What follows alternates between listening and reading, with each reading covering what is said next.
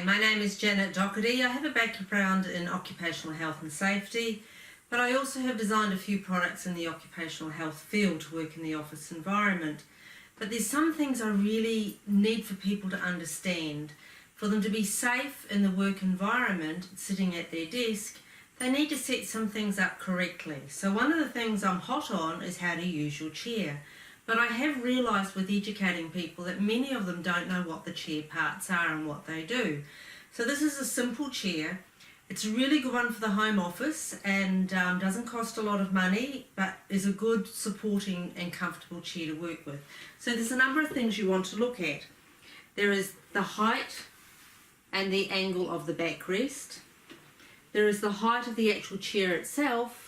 So when you sit in a chair, if you'd seen my previous video, Hot Tip 1A, you would have found that I asked you to hold some very bony bits at the base of your bum here. And you hold on to those and you sit right back in your chair as far back as you can go until you're right back. So that's how you sit in a chair. But after that, you need to make sure that all the chair parts are working correctly. So if you're somebody who's sitting low, down, everything's at 90 degrees, this is perfect. But that only works if your desk is this height. Go look at Hot Tip 1A.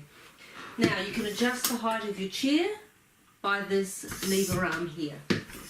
If you find you have to raise your chair height high so that you can skim your hands over the top of your keyboard, find that your feet are dangling, you will need to have a footstool, because remember, everything is 90 degrees. Drop your shoulders, go like this, your hands skim over the top of the keyboard.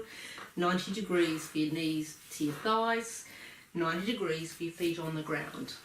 If you find you have to sit higher, this is not good for you.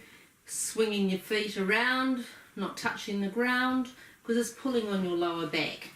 So you actually need to be able to have your feet on a footstool. Correct.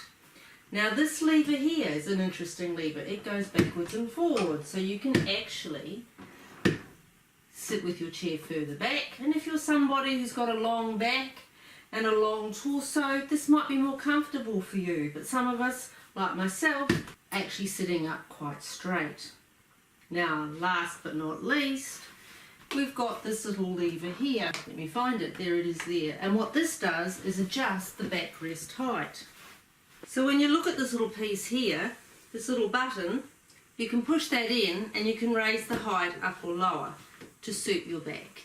So I like it a bit lower. I'm a shorter person, so that when I sit in my chair right at the back like so, I've actually got lumbar support actually here, which is perfect for me. But if you're somebody who's taller, you'll find that you'll want to raise it higher. Or you might want to have it right down low if you're a short person. My mother's 4'10" and a quarter. The quarter's the most important. She would have it quite low down. Don't forget, you sit right back in your chair for comfort. It's basically how you set a simple chair for work. You also want one that can turn around like this, so you can get in and out of it easily. Some chairs have armrests. They're fine to have, but when you're actually typing, you do not lean on your armrests, and they do need to go down low enough so that they actually, if you want to get close in at your desk, they don't get in the way. Or you can have them raised higher if you're reading a book and holding onto it and you just want a bit of comfort. But you never use the armrest just to rest on while you're typing. Ergonomically not sound. Hot tip number 6. Thank you.